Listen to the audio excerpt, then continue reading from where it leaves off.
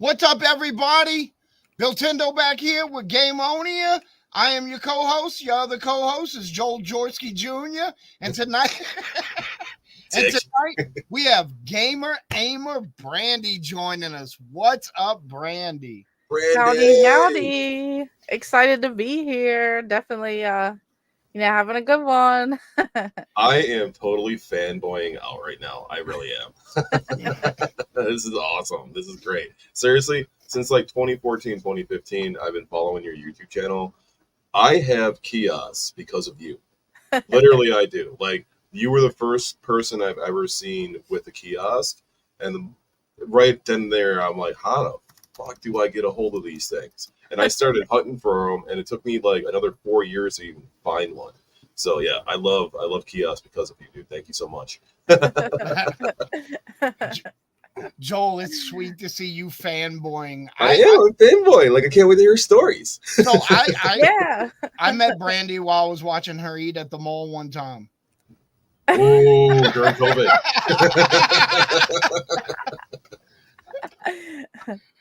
It's really happened. So creepy. So creepy. So, Bill, tell me about these Optiplexes. What's the model number? Are they minis? Are they regulars? Oh, they're minis. They're minis. They're the ones we use, whatever it is. 7040s? Yeah, 7040s. I couldn't remember. I've been dealing a lot the last few days. I think I have the 3040s fins working. Those work. I've been working with Craig to get those running. We're setting them up to run Batacera, but we're doing a small build on them. Okay. And being that the Nintendo X Retro Lizard has been so successful, because these are like small versions and they're running the same UI. Yeah. Just different systems and stuff. In your honor, bro, I'm going to call it the Retro Gecko. The Retro Gecko? Yes. And this is actually going to be like the console we already have, except it's just going to be a smaller, more budget-friendly version. So I got this. It's really funny that you're calling it that, because on my website I have a line of Mega arcades. And I call my biggest one the Mega Lizard, which is a 43-inch 4K screen, 4-player layout. It's 4 feet wide, 70 inches tall, 38 inches deep. It's a big boy. But I have smaller versions of the Megas because you can, what's Mega is the PC inside it. I call those the Mega Geckos. That's awesome. Yeah. So, I just wanted to throw a little something at you there, some recognition, because a lot of the stuff I'm doing now is really based on a lot of stuff that you've done in the previously. So are you building your own image on it, or what are you doing? Yes. Yeah, you're learning it? You're doing it? I'm learning it, and it's difficult, and I hate it, but also it's one of those things, once you do it once, it's not difficult the second time. I know. Like masturbation, You don't know when it's going to happen, but then it does, and you don't know what to expect, and then it happens, and then you know what to expect the next time. Well, I'll let you know when it happens. I mean, I'll text you when it happens. It's happening now, Joel. That's fantastic. I can't wait. I can't wait to see what it looks like, too. You got to make videos for it and shit. Totally. My Zoom's broken. Brandy, what is the latest game you got? What's the last game you picked up?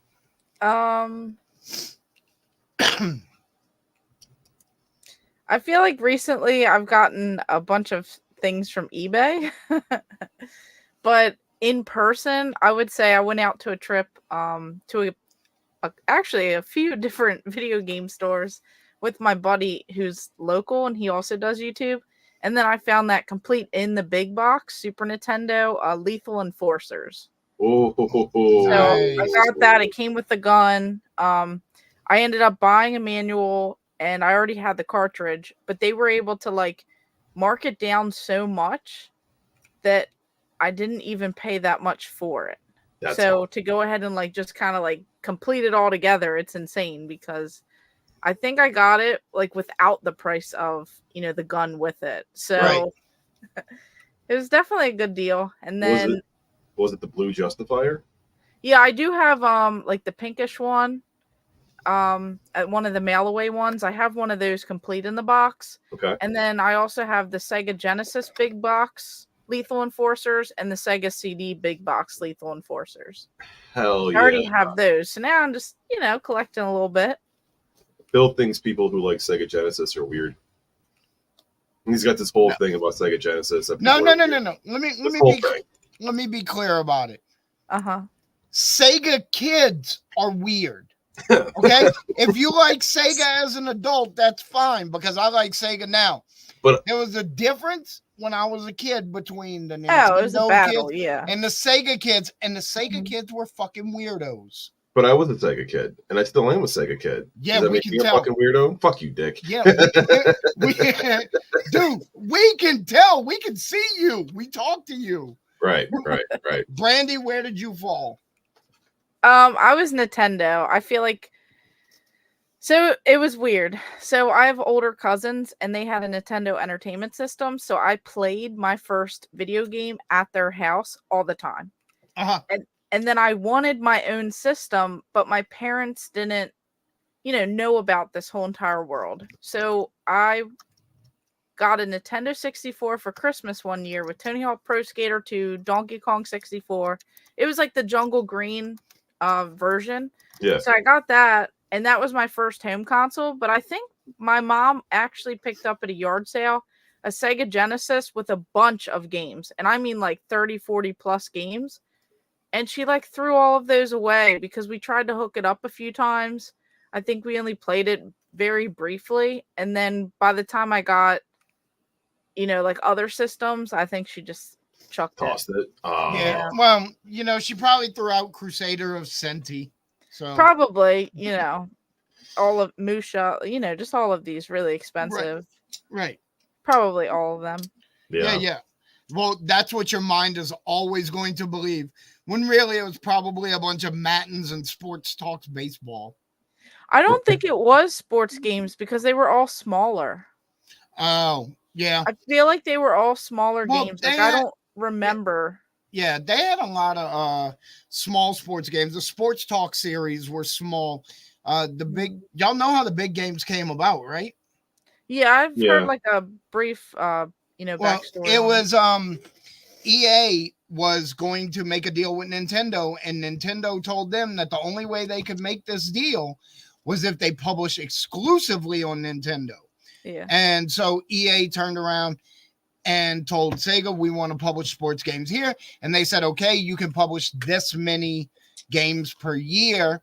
And EA said, no, we'll publish what we want. And so the way Sega kept people in check was with their official cartridges.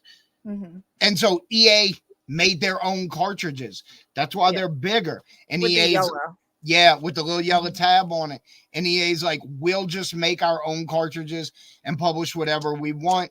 They still had to pay publishing fees to Sega Genesis. So Sega never really went after them too hard because they made a lot of money off of it. But that was just EA saying, we're going to do what we want. Interesting. Very interesting. I didn't know that actually. Yeah. Yeah, you just kind of taught me something, which is fantastic. I know like three things, and that was one of them. So there's only three things. There's only three things. He knows how to make things out of wood. He knows the EA backstory about the cartridges, and then he knows Nintendo.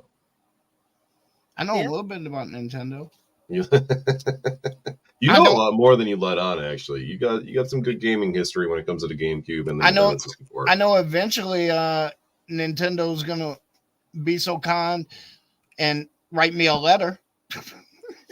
Hey, that's how you know you made it. Probably. Yeah. Oh, that's how you know you made it. When I get my cease and desist, it will be right here on the wall behind me for every single video. Dude, that is a running joke. I know a few people who have those. Do you? Yeah, there's a game store near me, and their old logo had, is it a controller or something? And they had to switch it up because they have that. They have it framed, actually, I think. Because a local game store is going to put Nintendo out of business. Dude, they have Nintendo is the most litigious company. 7 chain. It's like a chain now, but it's all from I mean, it's like family owned. It's like a couple Right. brothers, but they do have like 6, 7, 8 locations now. But they're local. They're I local know, stores. They're but not national. They're local. yeah. They're local stuff. You know. Did you guys see that Yuzu is being sued by Nintendo? The Who? creator of the Yuzu emulator, which is the Switch emulator for PC, No, is being sued by not Nintendo. surprised. Nintendo claims that when Tears of the Kingdom leaked online a week before its release, Right. and Nintendo claims that it was downloaded 1 million times and played on the Yuzu emulator prior to its release. That's not Yuzu's fault. That's not Yuzu's fault at all. That's the person who leaked the game. Look, right? Emulators are Yeah. legal because in the United States, we have a Supreme Court ruled right to back up all data we purchase. That's why tape recorders for dubbing cassettes were legal to be sold. CD burners, DVD burners, all of that is legal because if you buy something, you have the right to back it up. You have a right to use it how you see fit as long as you're not profiting from it. Right. That's the law.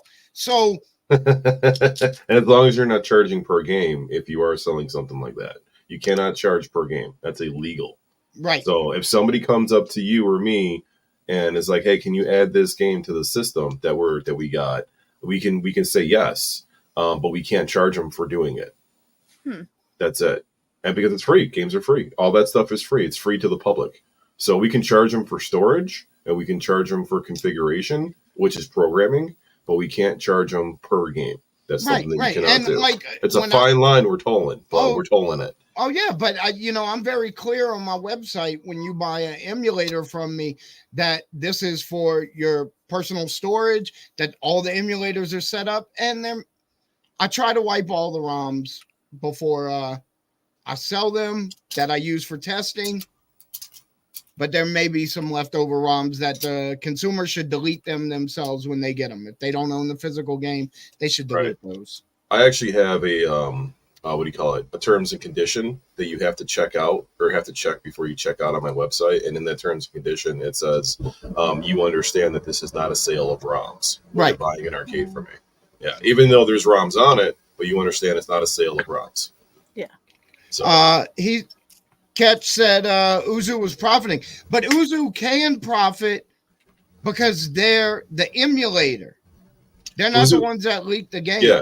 Uzu can... Emulators are legal. They can charge Patreon. The Technoparrot emulator, which is it's basically the modernized version of MAME, runs all the most current games that you can find at Dave & Buster's. They have a subscription service and Patreon games, or Patreon subscription, so that you can play Patreon games that they release out. So when they release a new game, they release it as a Patreon game. You can't play that game unless you have a subscription for their emulator to play it because it's locked. And then they unlock it after like a year, and it goes out to the world for free. Right.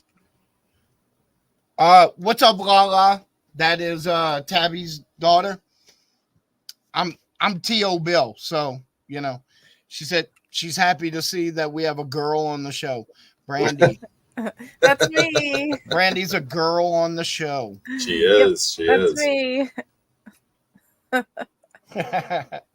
Bill, you still playing that Blue Fire on Switch? Not a lot. I got stuck. I'm near the end and I got stuck, so I haven't been real hype about picking it up lately. Also, been super busy with the XL upgrade. Right. How's that going? Did you get a lot of upgrades for that? A lot of orders? Quite a few orders and a lot of upgrades. Good for you, man. Dude, I think I'm gonna have to buy a second cloning machine because mine's getting hot, dude. It's running nonstop. Dude, I got 5, man. Just bite the bullet and buy 5, and you'll be blowing through them. I swear to God. You know what's crazy is if you buy 2 bays, it's cheaper than buying 1 3 bay. Right, it 4 is. bay. Right. It is. Like, why would you not just do that? Yeah, that's exactly what I did. I bought, I bought the single 2 bays. I think they were $50 each. I bought 2 one month, and then I bought 2 another month, and then I was like, I need 1 more, and I bought the 1 more. So, because what I do is when I'm cloning, I clone one, and then when I got the clone, I put that into the next bay or the next cloning machine, and so now I'm cloning 2 at once, and then I do the same thing. I'm cloning 4 at once, and then 5 at once. So 1, 1, 1, 1, 1. Right. Yeah. I get bombarded with my external drive orders. I get bombarded with those. Those are like my best sellers. Yeah. So because I got an external drive for Guitar Hero light guns, the Batacera builds, the light gun Batacera builds, racing. I'm the only person selling linked racing drives for arcades. So I get bombarded with all this shit all the time. That's like yeah, it is. I mean, I just sent out 31 drives this month. That's a lot of drives. Yeah, it's a lot of drives. Plus, I'm building the arcades too at the same time. Like, that's a lot. That's awesome. Yeah, that's crazy. That's crazy. Yeah. Speaking of crazy, Joel, not crazy like a boy band. Not quite that crazy. Remember that boy band Together that was like made as a mock band, bro. Listen, you plus me equals calculus. Exactly. You plus me equals calculus. Right. Dude, one of them. I stole a line from that show, and I've been saying from that movie. I've been saying it for years. Also, I really want to point out that Together was an MTV movie that was made to mock boy bands. It was satire of boy bands, and it was a hit. And they were better than most of the boy bands at the time. I don't know, man. I don't know. I'm a big NSYNC fan. There is a line in that movie, and it's absolutely one of the stupidest things I ever heard. And I've been repeating it for years. And it's like, I'm going to make a buttload of money. And he's like, well, how much is a buttload of money? And he goes, I don't know, man. I rolled up a $5 bill one time and put it in my butt, and not to brag or anything, but I could fit like way more up there. That movie was great. Yeah, I've been throwing that back and forth with my little brother forever because he saw the movie with me. Dude, I was in high school when that movie came out. That was my sophomore year of high school. That was like perfect timing for all that shit too. It was great. You the same age as little baby Jesus. 6 pounds, 8 ounces? Yeah, that's my little brother, man. little tiny baby Jesus. Asked my mom. He's perfect. Thank you. I'm glad I'm perfect. Dude, if you ask my mom, if you met my mom, you would think she had one kid and a couple of his friends growing up in the house. Because the baby's the favorite? Oh, Alan, this is how we used to get introduced. This is my son, Alan, and that's his older sister and 2 older brothers. That's Alan's brothers and sister. Oh. That's hilarious. Yeah, that's how it goes sometimes. You always have the favorite. Oh, he's the favorite. And now, like, my whole family's like, oh, he's not the favorite anymore. It's you. And I'm like, no, I'm not the favorite. I'm the only one that lives more than a half an hour away from my mom. And so my mom will talk about me, but that doesn't make me the favorite. I'm just far away, you know? She just misses you. Yeah. That's it. Yeah. That's it. She's a little Southern church lady, man. And I'm me. So imagine having me as a son, and that is who you are. That's rough. It's rough on her. Dude, the Catholics are the one that raised all the assholes.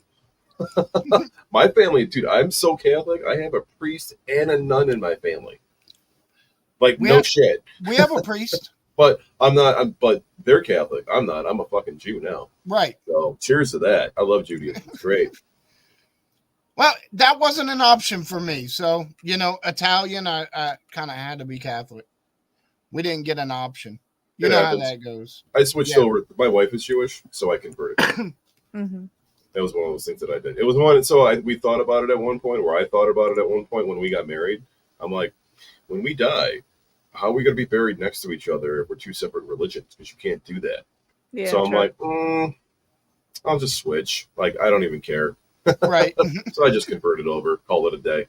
So, and it's fun. It's great. On Friday nights, we drink wine. We sit at dinner. We have Shabbat dinner. Hey, I don't know if you know what that is. Speaking of which, I don't know if this is too personal or not. I heard you was joining the temple or thinking about it.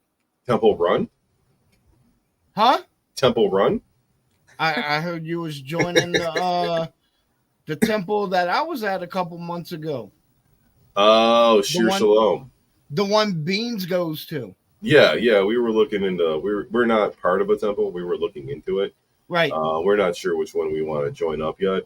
I hear you. Some of them are the ones around here. At least there's not many. It's very small community around here, but not saying anything bad about them. But some of them are just in it for the dinero. Yeah. And they're just welcoming anybody in, and we don't really want to be part of one that's just kind of welcoming anybody in. Mm-hmm. So we're still looking around. Are you looking for a more exclusive temple? Yes and no. I don't know. My wife's looking into it, and she's in charge of that. To me, it doesn't really matter. Right. She's going to pick it up because my second kid is going to be starting Hebrew school at some point here in the next year. So she's got to figure that out. I've only been to Bean's Temple once, obviously, and it was for a less than good reason, but it was nice, man. And to be honest, growing up Catholic, it was my first time in a temple. I was amazed, and fun time. I also want to point out that one of the ladies sang a song, and it was the most beautiful song I ever heard in my entire life. I didn't understand a single word of it because it was not in English. I think it was in Hebrew or Yiddish, or I don't. It was in Hebrew. Okay, so dude, it was beautiful. It was straight up beautiful. Anyway, we're off the subject of games here. I know, right? Yeah, we're getting into religion and shit. Yeah. And sorry, I went down that route. My bad. That's on me. And Brandy's like this. You're right. She's like, Brandy, so, is that Mortal Kombat 2? Is that an official poster or official banner? It's a huge standee. So it's like 7 feet or more tall. How long have you had that? I got it a couple years ago on eBay. It has like slight water damage on like the. Oh no! No. She told me this might happen. That for some reason, sometimes her camera disconnects and her microphone disconnects. She'll just reconnect it. She'll be gone for just a second. So, not a big deal. Oh, you're slowing down too now. Am I? Oh man, you literally just went slow motion. Yeah, I see it. From the camera coming back. Yeah, I'm looking at it. I see it. Oh man. That's crazy, man. What's happening over here? What's going on with your baby? She's got that built-in Wi-Fi. Wait, she's back. Hang on. I got her. There she is. Hey, you're back. I don't know what happened. It didn't do the shut-off thing I was saying. I don't know what that was. I turned to look, and Mortal Kombat was like, and just shut it down. Yeah, right. Let's not talk about it again before you get shut down on that. Shao Kahn was like, no. Yeah, I don't know. I like turned, and then all of a sudden I turned back, and it's like, hey, behind you over your other shoulder, the giant yellow figure. Is that a Dr. Hulk? What is that? That's the mask. Oh, okay, I can't see it from here. I just see a yellow body. Yeah, it has the green head, and it's still in the mask. Like you could kind of see the green mask right there. And then there's the hat and the head. You press like the back part, and like the tongue and the eyes come out. Like it's pretty creepy looking. Same thing happens if you press the back of my head. Yeah, that's creepy. I don't know what happened, but I got lucky. Oh no! The original shipping box, and it was like $100 and some or something. Really? But only because it has. Don't touch it. It has You froze for a second when you touched it again. You did. It had. Well, I guess like the water damage did some sort. Like I got electrocuted or something. It's got that Raiden energy. Did she just freeze it? Oh, I was like, did she just freeze again? No, she did it on purpose. I was purposely trying, but look, the colors change. So like, look. Yeah. But it worked good enough because you got Joel. Oh, now she's really lost it. Oh, she just got Sub-Zero'd. She probably did that on purpose to fuck with you. Yeah, right. We can't talk about Mortal Kombat 2 anymore. Because she got you again. Is she back? There she is. Oh, wait. I don't know what is going on. I will not touch it anymore. Let's move on from MK2. Yeah, Let's not even talk about that. I really don't know. It just keeps saying something went wrong, so I don't know what that is. That's a first for me. That Well, is hilarious. I'm used to things going wrong. It just said something went wrong, and then it's like, welcome to the studio. And I'm like, Right. whoa. I hope that's not going to be a thing, because I don't know what that could be. So, Joel, Yeah. again, not to bring up a sore subject, but I saw you shipped out a cabinet that didn't quite make it the other day. Oh. Oh, no. Oh man, dude, it's the third one in a row, and it's only the so Brandy, I build racing arcades, and they're two halves. There's a top half, and then there's a base, right? So when I wrap them up on a pallet, and they're separated, but then they're wrapped together. So I wrap them separately, then I wrap them together, and I lost the last three in shipping. Literally, something fell on them, on all three of them. Like I could not have had the worst luck on this last one. My helper and I were like, "There's no way that's going to happen again." And it fucking happened again. And with the different company. So the first one was ABF Freight. The second one was Estes. This one was FedEx. Huh. Couldn't believe it. So, I mean, FedEx, I can believe, right? yeah. But either way, it's like, what the fuck, man? So, the customer was really nice. Thank God. She's a really nice lady. She was just really disappointed. So she wasn't mad. She wasn't mad at me. She was just disappointed that FedEx fucked it up. And That's understandable. Yeah, it's very understandable. And she's been waiting since July to get this thing. Right. So, I mean, I'm a wait. I'm a one-man army. I can only do so much, right? Mm-hmm. She's been waiting since July for this thing. And then, the customers are always anticipating and they're really excited about it. And, when you get it and something like that happens, there's something also hit the other part of the base where the wheel sits on and then knocked it completely off too. So both bases were broken. We lost Brandy again. Both bases were broken. So she actually contacted me yesterday. She originally asked me for to build a new one. So I was good because I have a CNC machine now. When she ordered, I didn't have one. I was ordering from a different company that makes the shells. Now I can make my own shells. So I told her that she can be the first one off the line if she wants, but it's not going to be until about the middle of April. Because I have a couple other orders going out. I actually have an order for Facebook going down to the New York offices. So I have to get that done before April 1st and ship to them. Right. So I told her she can be the first one off the line when I get back from that order. And she was like, yeah, but then she called me yesterday and she asked me if she can just do the full refund. And I'm like, no problem. I'm like, I'll put in the claim because I was going to wait to put in the claim. Because if I'm building a whole new one, when you put the claim in, they want to see your invoices and be reimbursed correctly. So that what your cost was. But she wants a full refund. So I'm just going to send them the invoice of what she paid for it. And then they're going to refund her the insurance claim. Jeez. So it's technically they should refund the insurance claim plus refund the shipping. Yeah, that's what I'm putting in for. So it'll be almost a $4,000 claim. Right. Well, that's at the end of the day, that sucks for both of y'all because she ends up breaking even, but she didn't get what she wanted. Right, we lost Brandy again. She'll be back. I know. Always come back. I know. But the other part that sucks about it too is that I lose out on other potential customers with that too. Because, who knows who is going to go over to her house and see this thing and then be like, oh, where'd you get it from? I want to order one too. Right. Millennial Collector Ohio, it's for sale. If you want it, $1,500, not shipped. You got to pay for shipping or you can come pick it up. So you're more than welcome to purchase it if you want to. Depends on where you at in Ohio. You ain't that far from Joel. I'm in Buffalo. I'm not that far. Which is the Midwest. To you, it is. What? To other people, it's Canada. Yeah, probably. The map. Buffalo's the Midwest, yo. Right? The Pepsi kiosk, though, I even got the Pepsi sampler disc inside it, too. That thing I had to hunt that down. Right. So that was a hard one to hunt down. I got it from Canada. From eBay in Canada.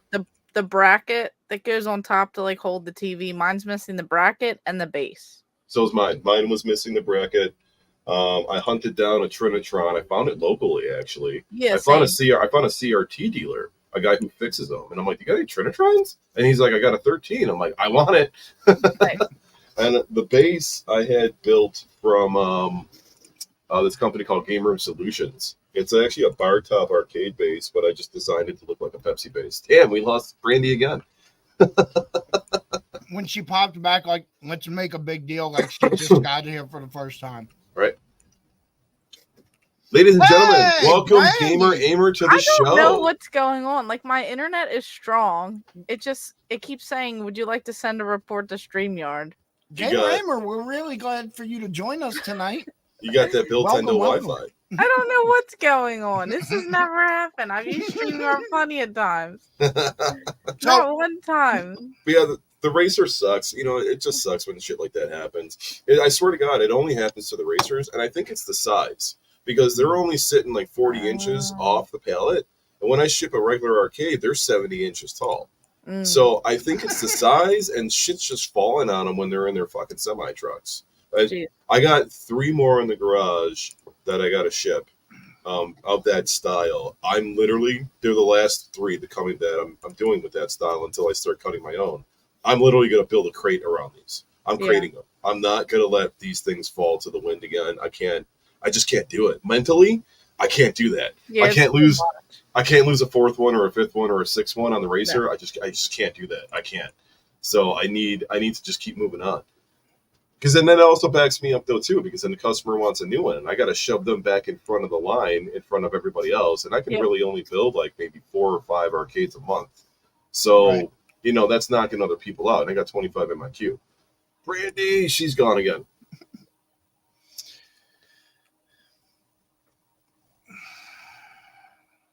I'm still here. I'm sorry, Joel. I'm still here. That's okay. So how's life? How's things? Things are good. Dude, did I show you the LCD marquee that I made today? No. So LCD marquees are a thing. I ordered one from Amazon, and I made the mount for it today to go on a like arcade that I'm doing. And your thing just fast forward and just completely fucked with me. Yeah, so I got it. I nailed it. I measured it perfectly. I nailed it down, and dude, it came out so nice. So, conventions planned. Hype it, Joel.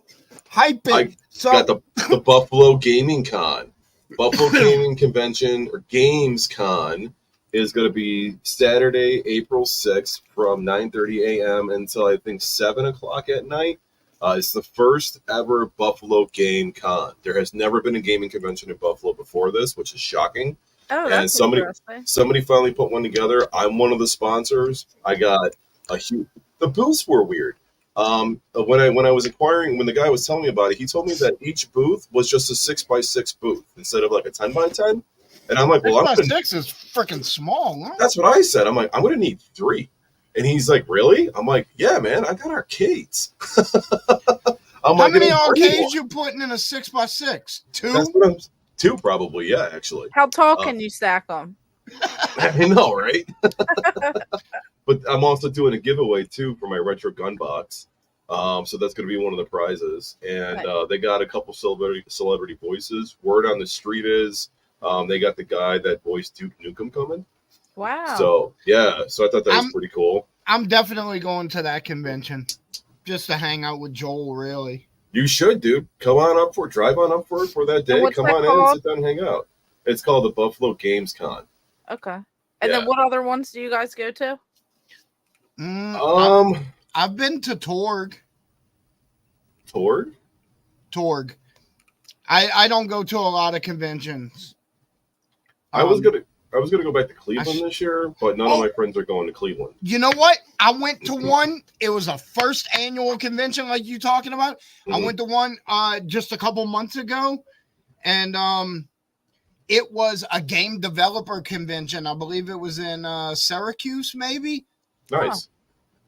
It was called the Syracuse Gaming Con. You talking about? No. This was like because didn't that one suck? You went to that one and you said it sucked.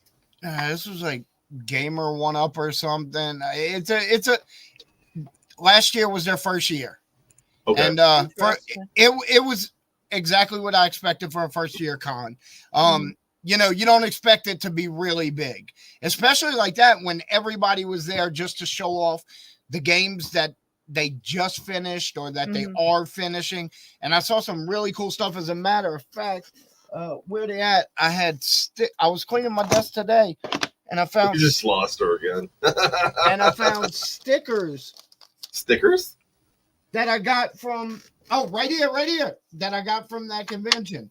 Hold on, Nice. because it was an awesome game, and based on one of the guys created an awesome game based on Bomberman was like his main influence, and so you could like. Oh, that's cool. That's his main character. Nice. That's cool. And also, I've spoken after the thing a couple times to Kevin Urban, and he's a voice actor. He's done like some of the Fire Emblem games. He's done He-Man on the cartoon. Oh yeah, new He-Man. Yeah, nice guy. Nice. Also, I did a little joke bit after I filmed everything. It was my first time filming at a convention too, which made me feel super awkward. But as I interviewed each person, and then at the same time, I was like, okay, will you do a little bit for me and my friend? And then I would record like 30 seconds of me asking them, you know, what inspired this game? What games inspired you? And I had them say Quest 64 for everyone. That's hilarious. Yeah, and they're like, you know, obviously I love the colors of Quest 64, so I tried to make this bright just like it and stuff like that. So look, my wife Dallas just chimed in Quest 64 because I had her filming when I'm talking to people about this stuff. They were all really, really good sports about the Quest 64 thing. Nice. I might go to Chicago, the Chicago Pinball Expo. A couple of the arcade YouTubers are going. B Kong is going from Kongs R Us. He's a really good friend of mine. We talk a lot, and you know, any chance I get to hang out with him because he lives in California, you know, I would take the chance, the opportunity. I think the other YouTubers are going to be there, like 19K Fox, Michael B. the Game Genie, a couple other guys. But I don't know. I mean, I'm definitely doing the Buffalo Gaming Con because I'm sponsoring it, of course. But I don't really have any other cons really planned to go to this year. The Cleveland Gaming Convention, that was the first convention I've ever been to in my entire life. And I had a blast there that day. I only went for the one day, and I had an absolute blast hanging out with all those dudes that I knew. And it was just a great time. Absolutely great time. Yeah, we were all talking about going back next year, and I was completely planning on it. And then I find out that they all backed out and they're going to Chicago. I'm like, what the fuck? Oh, jeez. So, yeah. Brand, are you going to any cons, Brandy? I was about to say, tell us your giant list, like 6-page list of cons you have to go. You're doing like a tour. She does. Yeah. Joel, the difference between me and you and Brandy is we go to cons. We can sponsor cons. Right. Brandy gets invited to cons. I know, right? Brandy, what cons are you going to this year? Before I get kicked out, just so that you guys are aware, it says if your internet is connected, this could be our issue. So it's StreamYard's issue. Okay, it's not me. It's not okay. Okay. Before I get kicked out again. Oh no! She jinxed herself. She did. She did. She shouldn't have done all that prep work. You know what I mean? Right there. Wait, she's back again. She's in and out. I swear, I don't know. You are in and out, man. That's great. I don't know. It's saying I have a full a strong connection. It says strong connection. It's all 5 of them. All the bars. This is my strong hand. All the bars. And then StreamYard keeps saying having issues ? Send us a thing. And I don't know if I should do a hard reset, if that would help, and then come back in. I'm not really too sure. We'll just deal with it because this is starting to become entertaining to us. Yeah, it actually. Well, I'm glad y'all are entertained. It's part of the show now. It's funny for us. Brandy likes to disappear. All right, tell us about your cons before you disappear. Go. No. Definitely Southeast Game Exchange. Oh no. You're going? No. No way, you froze up. We you heard froze. Southeast Game Exchange, and then that was it. You froze. Right. Oh my gosh. Now you're back. You're fine. We didn't lose you completely. You just froze up. So Southeast Dang. Gaming Exchange. What else? Yes. So that's in like I think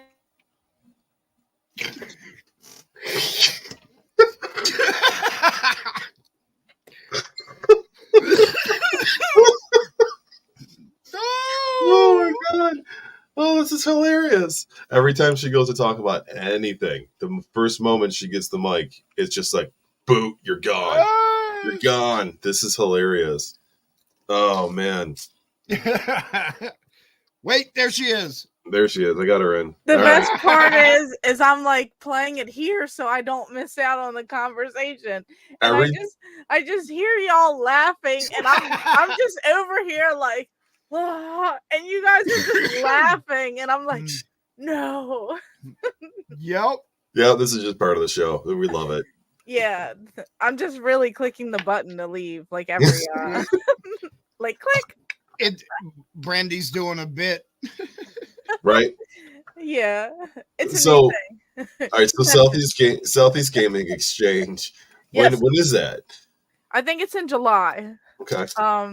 So the first convention that I'm going to, I won a ticket on Instagram. I didn't think that I was going to win tickets, and I won one free pass to PAX East. Okay. So I'm going in 3 weeks, or the third weekend or whatever in March, and that's in Boston, Massachusetts. Okay. So I am going by myself, a 6-hour drive up. Probably a little bit more with traffic, who knows? And I'm going for Thursday, Friday, Saturday, Sunday. So Whoa. I'll be heading Wow. up super early Thursday, coming back I guess super late Sunday. So, Brandy, tell us a convention that you've been invited to where they're like, we would like you to come to our convention. There's quite a few in the works. So Korg's in Ohio, Gary, we were just chatting the other day. He, you know, Oh no.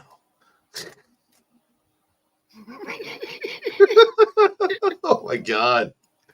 Poor Brandy. I was about to say, I feel bad because it's every time Wait. Brandy starts talking about something. She's back. Every time. Okay, go ahead. Korg, so you're talking to Korg the other day. There has to be a way to fix this. What do I do? I mean, it says it's StreamYard, but what can I do? Maybe a hard reset might be the way to go. Maybe you got to shut down and come back in. All right. If it happens again, I will hard reset and come back. Okay. Cool. All right. So, yeah, Korg's in Ohio. That is, I think, like June 1st or somewhere around that. It's a 1-day convention in Columbus, Ohio. And then Cleveland, my buddy Tech Buzz, we were chatting about him going back out there again because I went last year. And I have to reach out, but I heard that, I have an invite back out. So that one may be in the future, but that's like later in the year. And then I'm in. There goes our hard reset. All right, she'll be back in a minute. She shall return. She shall return. Oh, Billy.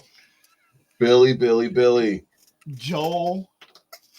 Let me write something down real quick. 70. Did I tell you I sold the N64 kiosk? Yes. Yeah. That's getting picked up on Tuesday. And the Sega, I bumped the Sega shipping to Friday because of how fucking shitty it's supposed to be here tomorrow and cold. I don't want to take that outside in the elements like that. So she's going to get picked up on Friday for shipping up. So Korgs, what is Korgs? What is this? I don't know. I'm going to pick it. I'm going to take a look. Central Ohio Retro Gaming. Yes, I fucking did it. What the Tell me if I'm right. It's got to be what it is. Hang on. All right. C-O-R-G-S, Somebody on Instagram wants to know convention. if we're familiar with 702 Valhalla. I am not, but I will look that up after we're done tonight. 702. Oh, you were close. It's Columbus, Ohio Retro Gaming Society. Oh, I was so close. I got the Ohio Retro Gaming. What is this? It's in Columbus, Ohio Expo Center. I think that's where no, that was Cleveland. Cleveland rocks. Cleveland rocks. Who are the special guests that are going to be there? If Brandy's listed on the website, I'm gonna fucking jump off a bridge. The guy who did the NBA Jam voice is going to be there. That's cool. Daniel Pacina, who's a martial arts expert and a freelance employee for Midway. That sounds gay. Carlos Pacina, another martial artist, and he's employee of NetherRealm Studios. Paul Niemeyer will be there, but he goes to like every convention. I have his autograph. Do you know who Paul Niemeyer is? No. Paul Niemeyer is the guy who created all the artwork for the Mortal Kombat game. Oh, okay. Yeah, I actually have his. That guy's awesome then. Yeah, he's got some fun stories. He was at Cleveland, and I got his autograph, and then he was telling me some stories, which was pretty cool. Right. Warren Davis. Who the fuck is Warren Davis? He's just an employee of like Gotti Lab, Williams, Bailey, Midway. Okay. And he was inducted into the International Video Game Hall of Fame. I don't even know what this guy is. We got a wrestler, Madman Fulton. Yeah, that might be last year's. Speaking of wrestlers, what? Virgil died today. Oh yeah, he did. I'm not sure if it's updated. Yeah, you're right. That says 2023 special guest. I apologize. Because it said click. It said click. Well, it said click here for check out more about our special guest, and I clicked on it. I didn't see the date. I didn't even look for a year. Yeah, but as you can tell, like he usually tries to have like a nice little variety. All right, so how do I get an invite to Korgs? Just reach out to Gary. I don't know Gary. Oh, Gary? Mr. Rightway was there. Oh, I like him. I like him a lot. Yeah, I've spoke to him. Have you? On Instagram, yeah. Brandy, you've done a video with him, haven't you? Yeah. Like you've met him in person, and you've gone like game hunting together. He came to my house, yeah, and then we went game hunting. Let's be clear that Brandy is a big effing deal. Brandy's a big deal. To us, she's Brandy, but to the world, Brandy Gamer Ahmer is a big deal. You've been on your news. You've been in that. You were in that. There was a retro game. Hulu. Yeah, the Hulu. Yeah, the Hulu one. Yeah. That's right. You were in that. I watched it. Wait, what? She was on Hulu. I'm on a Hulu episode with Taylor Swift. Wait, I have no idea what you're talking about. There was a Brandy. You tell him. Go ahead. I know. I'm like, how much of my life do you know? No. Oh. I mean, you flashed. I follow your Instagram. You flashed it on your Instagram, and I'm like, how do I watch this? And then I actually messaged you. I was like, how do I watch this? And you responded to me on how to watch it. Yeah. So pretty much, out in Syracuse, New York, there's a video game convention. It's Retro Game Con. Yeah, and there. Yeah, the people who put that on, they gave my name out because they were ABC News' show Nightline. Impact by Nightline, they wanted to interview someone who was coming out to the convention, and they went through the entire list that all the people, gave, like store owners, Forgotten Freshness, and a bunch of other store owners had given my name. So they went through this list of like 30 plus people that they had given, and they looked at everyone's like YouTube channels and social media and all that, and they liked my content and they liked my game room. So they reached out to me and said, are you coming out to Syracuse, New York? And I said, I am now. And so they invited me out there. And then I was interviewed at the convention, and they followed me around. ABC News's, show Nightline. Like they had like these big backpacks. They had like the camera equipment. They were following me around at the convention and interviewing a bunch of people. And I was like shopping, and it was really cool. And then they said, you know what? I think we'd like footage better in your game room to show that you have like a cool collection. And I said, cool. Are you going to like drive from New York? Because I can't really like, move my whole collection. They drove from like New York City all the way to my house, in Maryland. So they came out and they filmed here for like 9 hours. And then I got like a nice little like 5-minute clip or something on a 9 hours. 9 hours of footage for 5 minutes. Yeah, I know, right? Well, it was a little longer than 5 minutes. It was like 10. Yeah. Yeah, it was like a good interview. Yeah. But I felt like they did a really good job, and I felt like they were able to like cram a bunch in.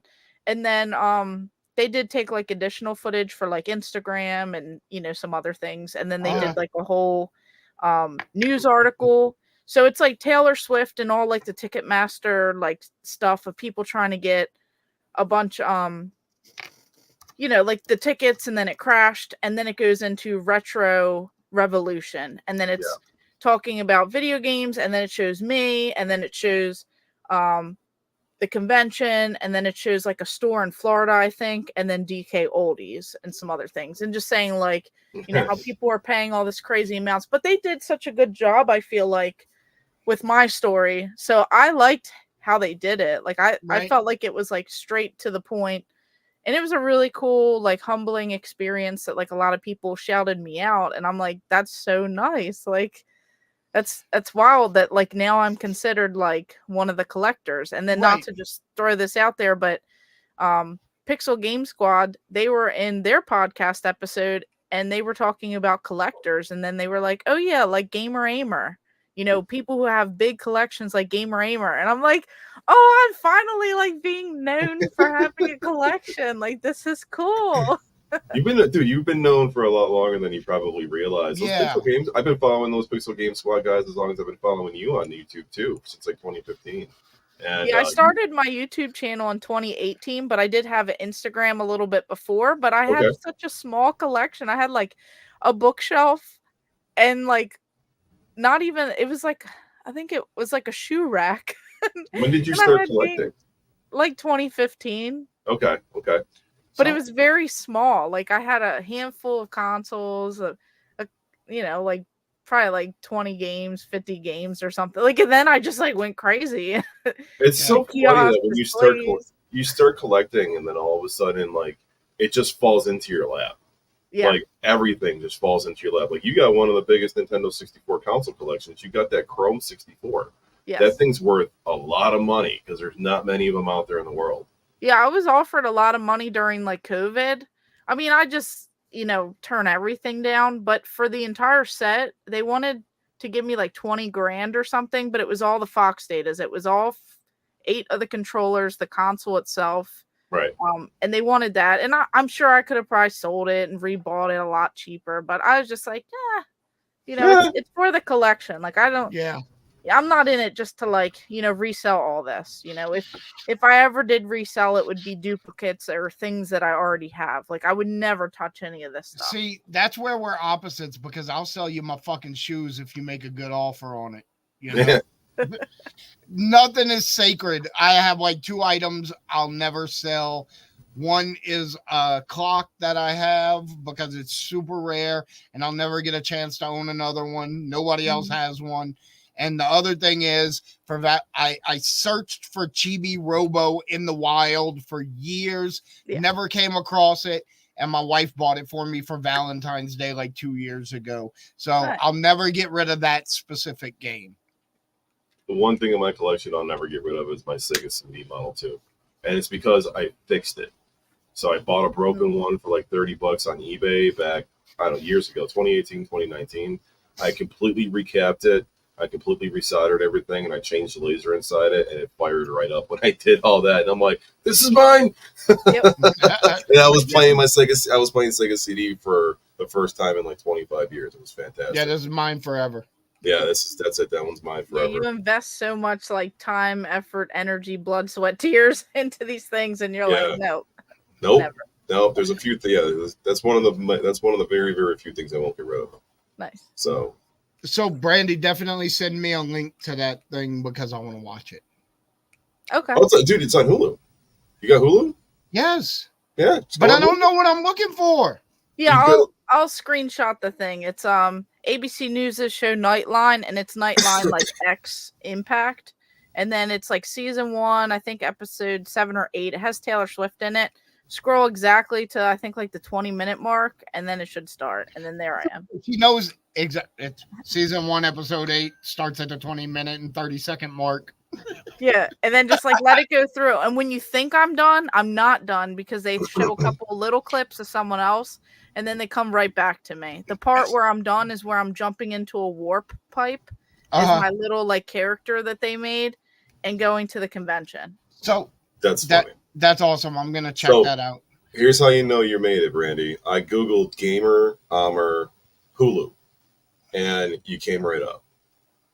Everything comes up. It even says your whole name right there under the ABC thing. Everything came up.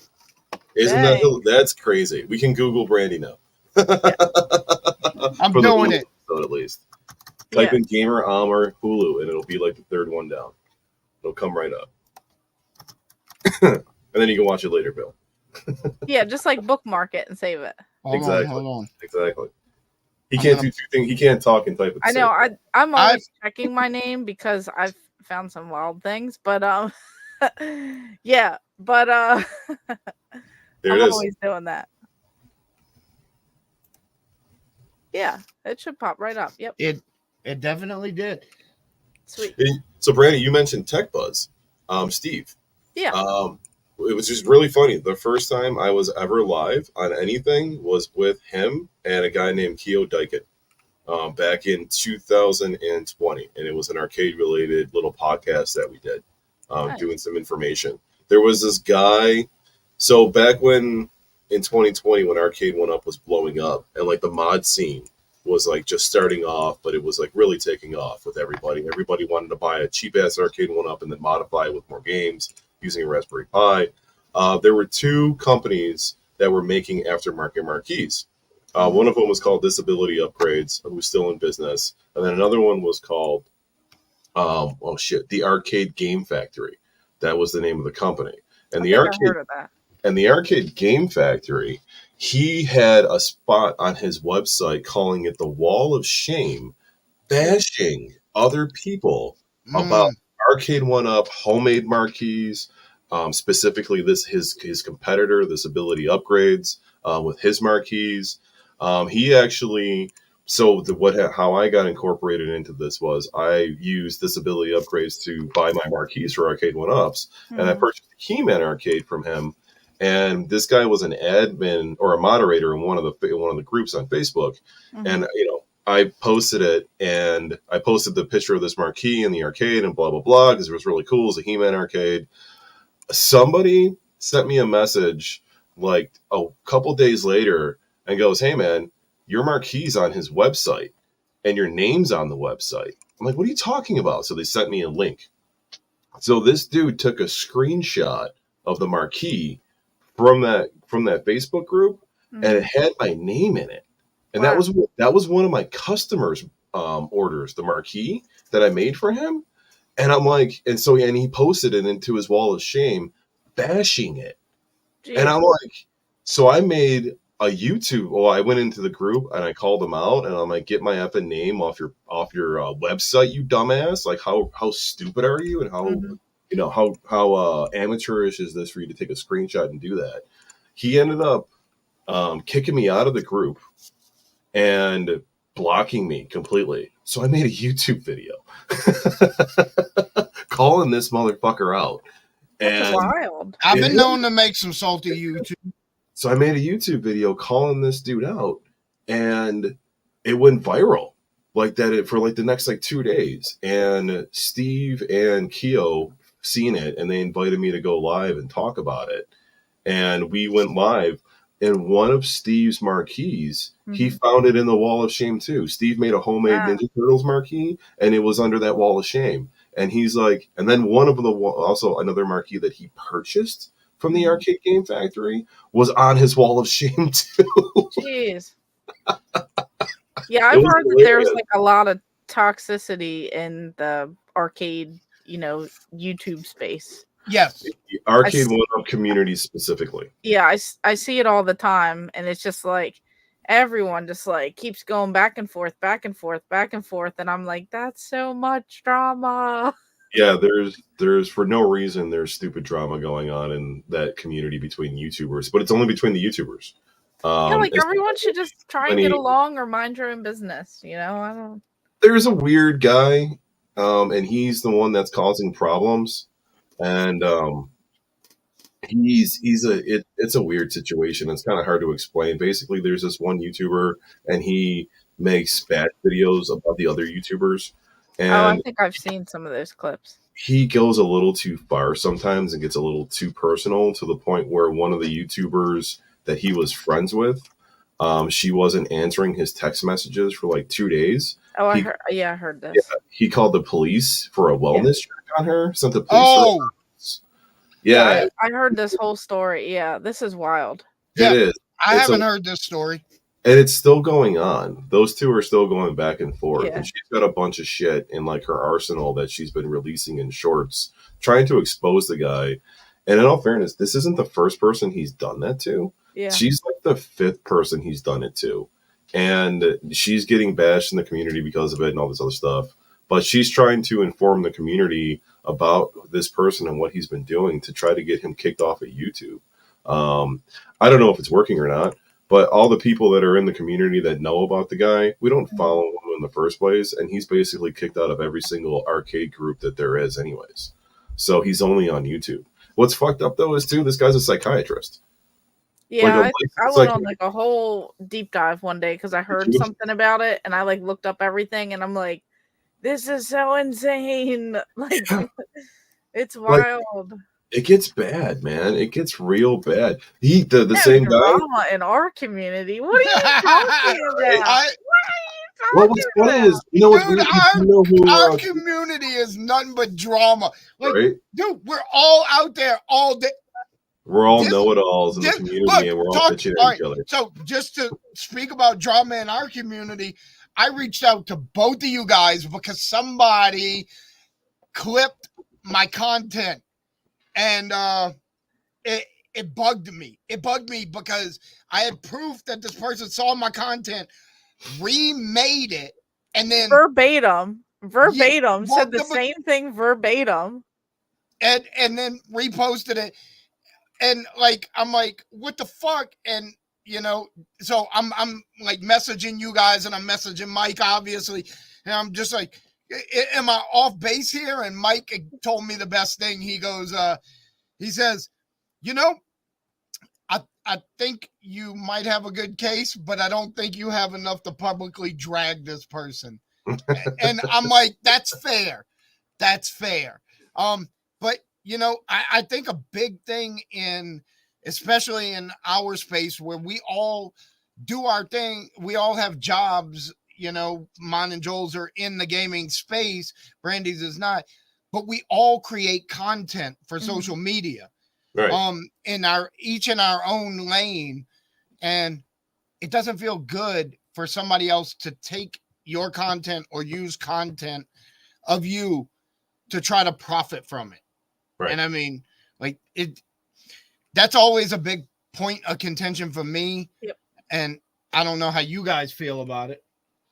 I just try to stick out of it, and I don't really care. I'm going to say what I say about whoever I want to say it about, and if you have a problem with it, fine. You want to create videos about it, you do you. But I'm just going to say what I'm going to say and keep moving on with my life. That's it. You know, I'm one of those people that I don't apologize for the things that I say, because if I didn't say it, I wouldn't have meant it. That's just me, you know? Yeah, and I always like battle back and forth because I'm like, you know, I'm doing something for like the greater good, and I'm trying to like build something that's way above me. And this stuff is meant to be seen by many, many people. And it's not supposed to be, you know, just in my house. So like, I have things that I'm working towards. So like, obviously I want to stay that path.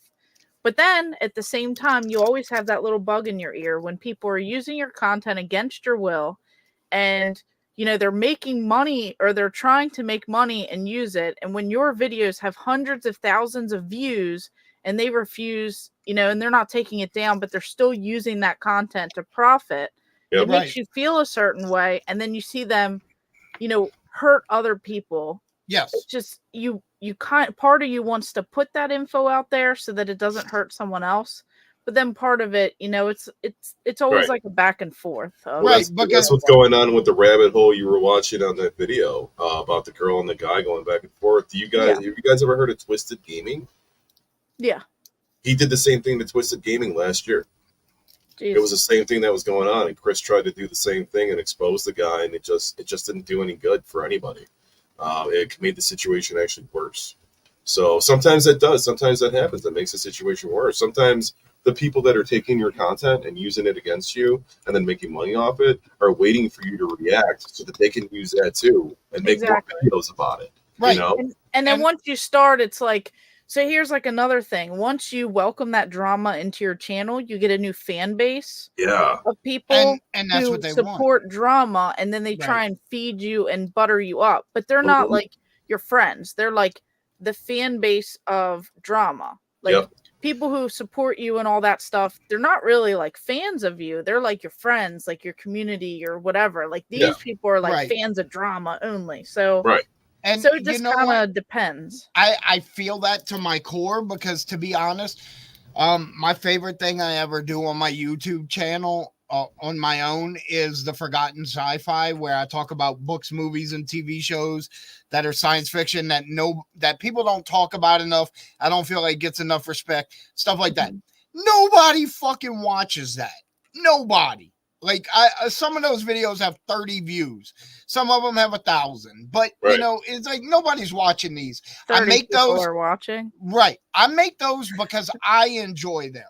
Right. Yeah. And I hope that someone else would enjoy them. Now I know my friend Beth likes them. And you know, then I can make DK Oldies videos, and everybody knows I can shit on DK Oldies all day long. But it gets old after a while. It really does, because that's all people want from me. And that I get tons of views off of DK Oldies videos. But then Right. I'm like, man, I feel crappy because it's just like a negative vibe on you the whole time. Yeah. You have to do what you enjoy and what makes you happy, and ultimately, you know, that's what you got to do. You just got to try, you know, to like pull through and just keep going. That's why I'm like, F it. I'm going to say what I'm going to say, and I'm going to keep going. Yeah. When I record my videos, I don't do any edits to my videos. Me either. Or if I'm doing an arcade and I'm showing off graphics, I'll do like an intro video that I made on TikTok, and I'll transfer it over to the YouTube video. Otherwise, I just straight 6-minute recording.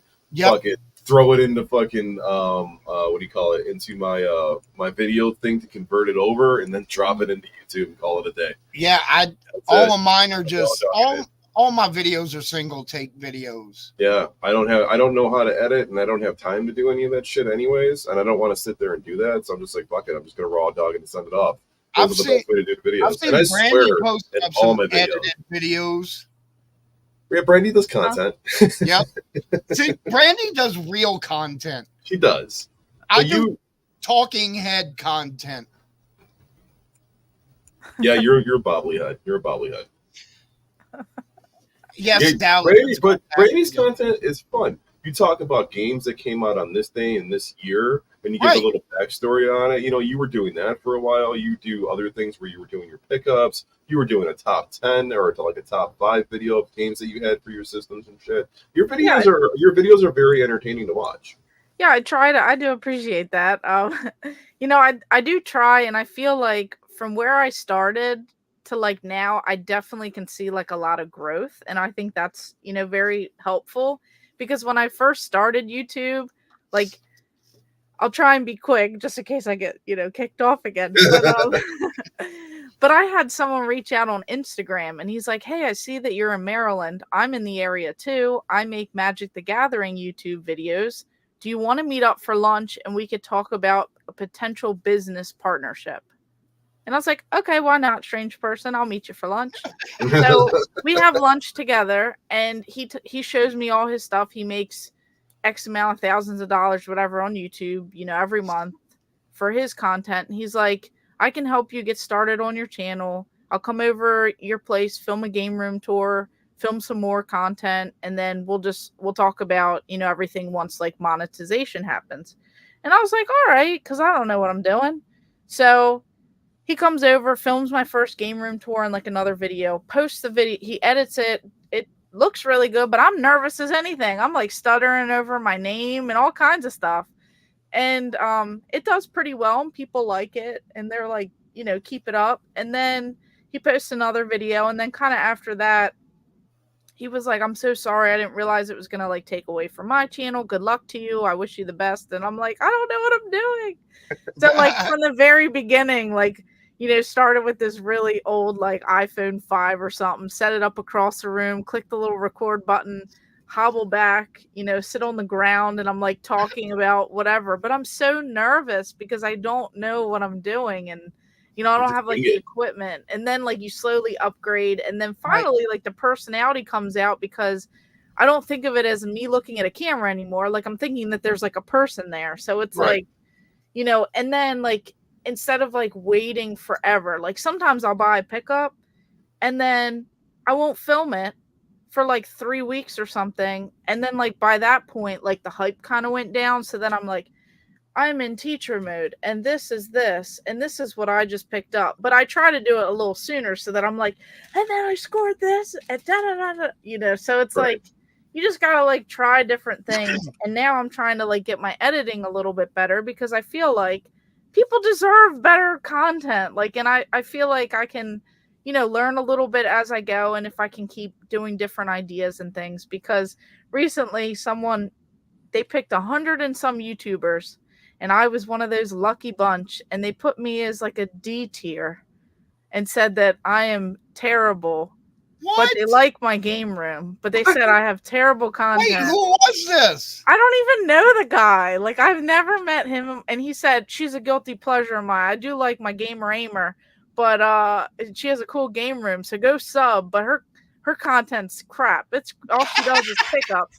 And I'm like, Christ. I don't really do pickups anymore. I have like serious, series, and I have like other things to offer than just that. Like I go to conventions and I do giveaways, and you did a giveaway every day in the month of December.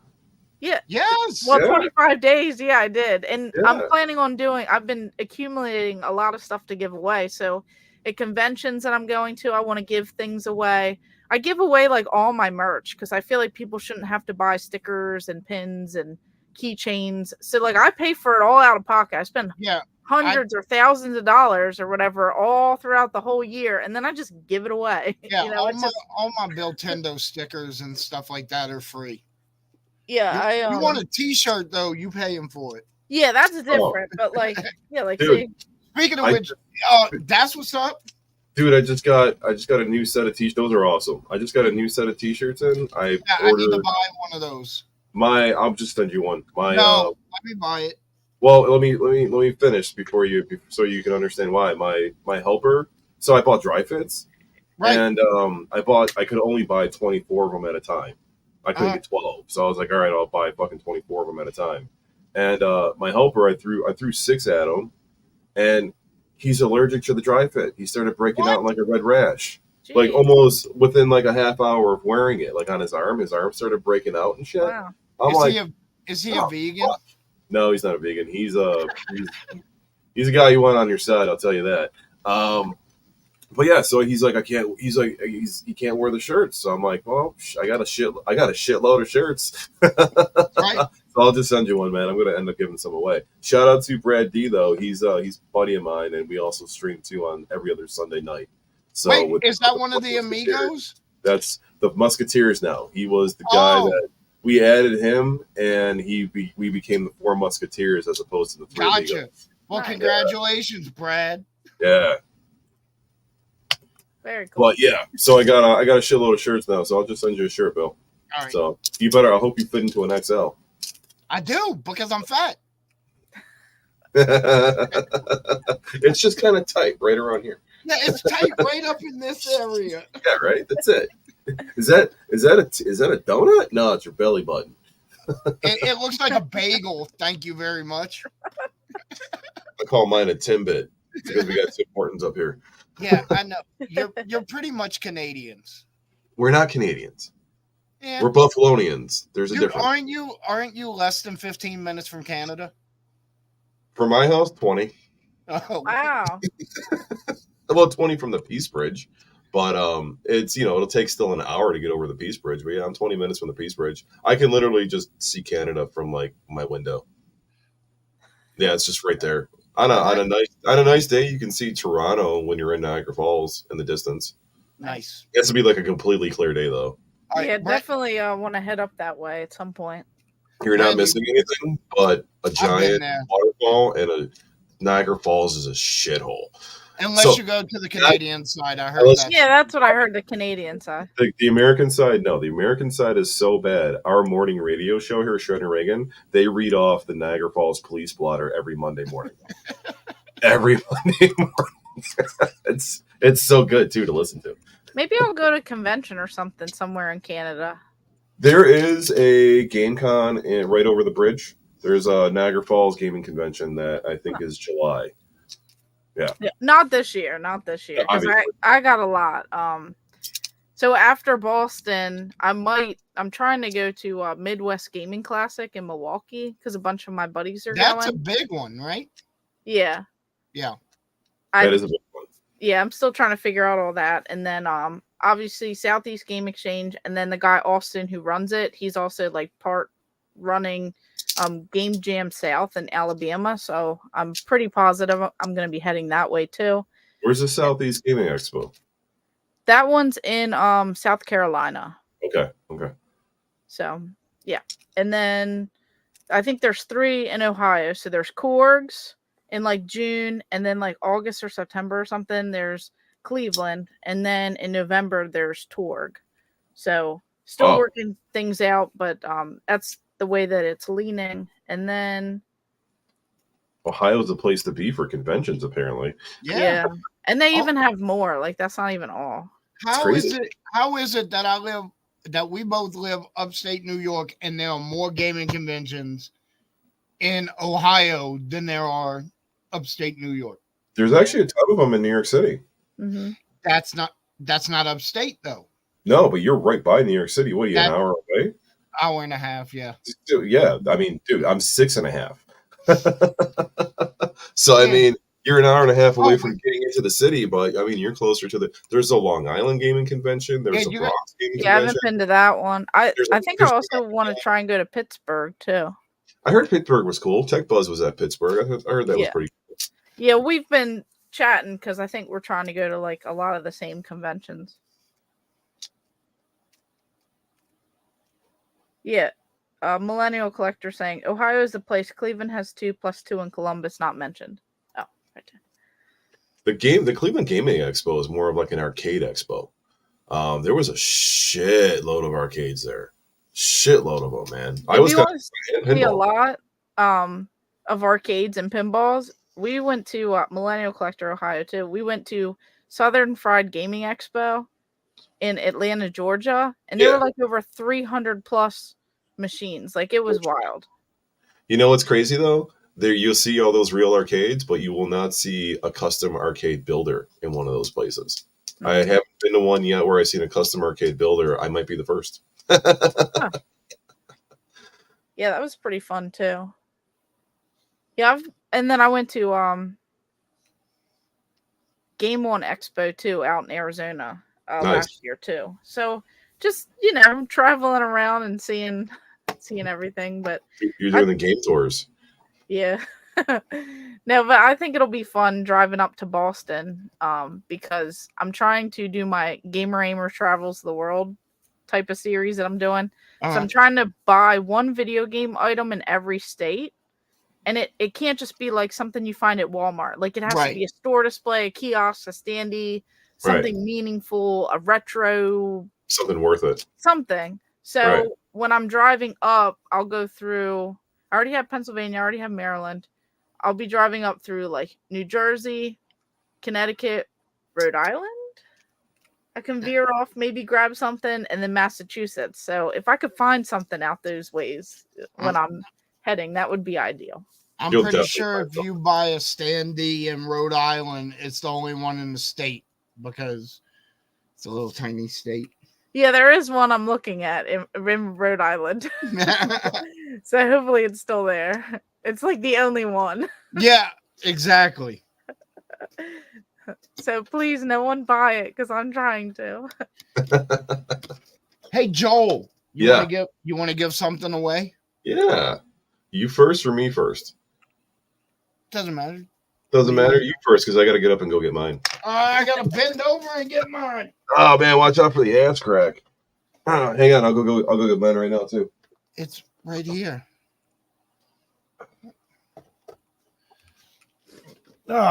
So Brandy, how's it going? Good now that I'm here. I think the reset worked. It said something was acting up with StreamYard. I think I had to update something. I don't know. Yeah, maybe. But- You've been steady since you did a reset. Yeah, I don't know. I've never had that issue, but now I have that fear of every single time I'm gonna have an issue. So that is new. All right, Brandy, I want you to just say one word, the first word that pops in your head. Oh, like we're not doing like anywhere. a show and tell. No. Oh, I thought it was gonna be like, like look at this ink blot. What is the first word that you see? No, I say one word, the first word that pops in your head, and you're like, You put her on the spot. I was waiting. okay. So just say a word. I don't know. I'm seeing Nintendo everywhere. Okay, fine. Nintendo. Hashtag Nintendo. We got a JP copy, a City Tour Grand Prix for Nintendo 64. Absolutely beautiful condition. This bad boy is absolutely free. All you have to do is... She thought you froze again. Put hashtag Nintendo into the chat. But don't do it yet. Wait. What game's that? Is that an exclusive or is that our game? No, this is it's one of ours. I think. Like a North American, but they call it something different. Yeah, I think so. Let me Google it. Now you got me questioning myself. I'm just curious what you're trying to give away. I just thought maybe you know a little something. Well, I have a big stack of games right here. Where is the giveaway tool? I can never find. Every time I look for this every week, and I can never find it. I should get this prepared better. Sorry. Where the hell is it? Well, at least you're not. Oh, okay. It's That's in true. America. This is GT64 Okay. Grand Tour. So GT64 is just a Japanese version. Nice. That's cool. And there's, I think on the back of the American box they have American dudes, but on the Japanese box they have Japanese drivers. Interesting. Yep. Pretty cool. I might not want to give this away. It says Well, for sale. You already put it out there. I know. I'm still going to give it away. It says for sale and use in Japan only and commercial rental prohibited, because renting video games was and still is illegal in Japan. In America, it was legal. That's why Blockbuster did it. But in America, it's illegal to rent records and cassettes and stuff like that. Whereas in Japan, it's very common to do that. There you go. Hashtag Nintendo. Hit it in the chat. Got to be on YouTube in order to enter it into the chat. So go to the YouTube channel, Nintendo. Look for GameOnia in the search bar if you need to. And hop in the comments here and hit hashtag Nintendo. And this is the first giveaway. We also have a second giveaway. We have two planned. The second giveaway. What's up, T-Boy? Hey. The second giveaway is going to be a sealed Japanese version of Hey You Pikachu for the Nintendo 64. Sealed. Wow, look at that. Japanese version, of course. We'll do that hashtag in a second. Yeah, so, very cool. We just like Bill, what game are you giving away again? City Tour Grand Prix. City Tour Grand Prix. Look how good a condition that's in, man. Ooh, we're doing 2 Nintendo 64 giveaways today. Look at that. And the boxes are so cool too. Just like comparing side by side and like the art and everything.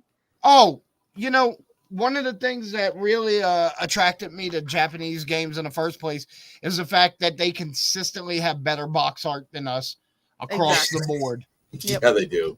They absolutely do. They have. Go ahead. I'm sorry. No, you go ahead. I was just gonna say they have better art directors or something, I guess. I was going to say, the one thing I love about the Nintendo 64 is the creativity that people can do with it. Nintendo 64 collecting is like an art. There's skins you can slap on the 64. There's new colored shells you can transfer into. There's the many different Fantastics. There's the CIB collecting. There's the CIB boxes. There's controllers, promo items, everything. Right. There's so much, and it's literally an art that you're collecting, basically. For a system that had under 300 games in America, it is probably the most flexible system to collect for because there's so many variations of everything. Right. My favorite variation is the lime green in 64. The controller, and then I bought the third-party shell. Yeah. I love the green. The extreme green. Yeah, that's Yeah. it. The extreme So, green. yeah. I love that. Brandy, didn't they, correct me if I'm wrong, didn't they have a prototype extreme green console and a prototype atomic purple console? Yeah, they do have prototype ones. I know that they have quite a few. Some are like two-toned, where it'll have like the white at the bottom, and right, then, like the Japanese versions. Yeah, they have like those, and then I think like the green is slightly different than the jungle green. They got a couple, well, quite a few different ones, but they do have prototype ones. Right.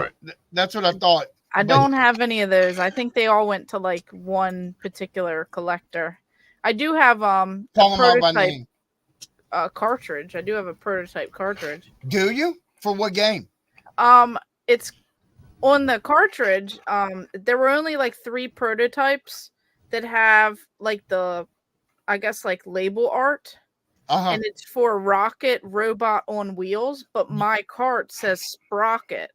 But they couldn't get the licensing for the name Sprocket. Right. So I have that from Sucker Punch. And there's only a couple of those with the artwork, but one like the label's ripped off, and then the other one I don't think it looks as good as mine. So yours has the label? Because most dev carts or prototype carts don't. Yeah, mine does. Wow. It's one of the tall cartridges. It's tall, and it awesome. even has like the business card of Sucker Punch on the back, like the guy. Come on. And then it has his like name in Sharpie on the back, and then it has it says Sprocket, and then it has the robot. Holy shit. Yeah. That's a rare item to have. Yeah, it's one of my favorites. Yeah. Why? One of those items you'll never get rid of. Yeah. Yeah. Yeah, that one's to the heart right there. Hey, you should give that away in a wheel right now. Yeah, right? I'll trade you my 64 kiosk for it. No, I already have one. You can have another. You get doubles. I think doubles. I think it's a lot easier to get a 64 kiosk.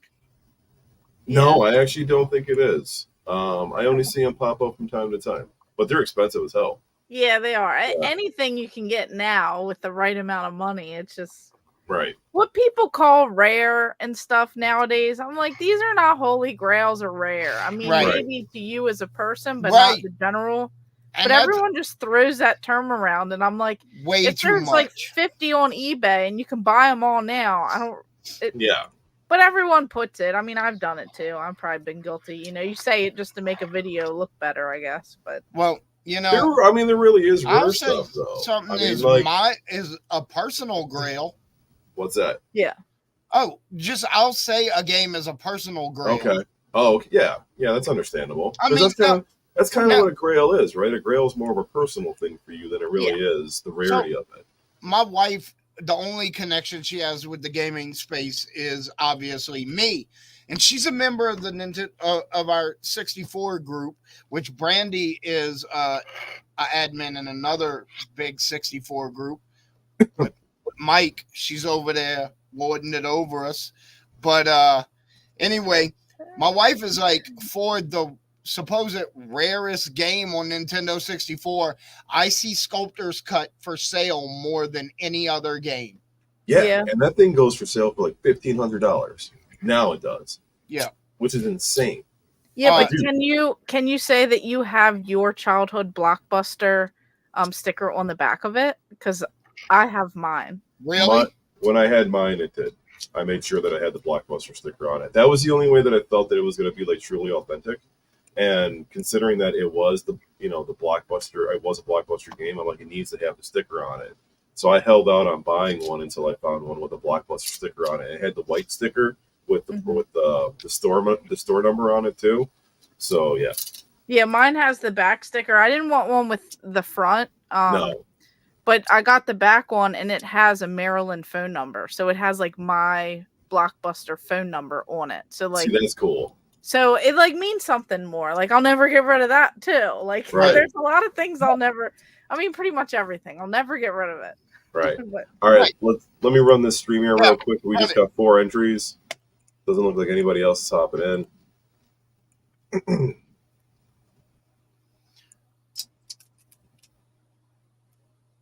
Tabby, congrats. She's a big winner in our channel.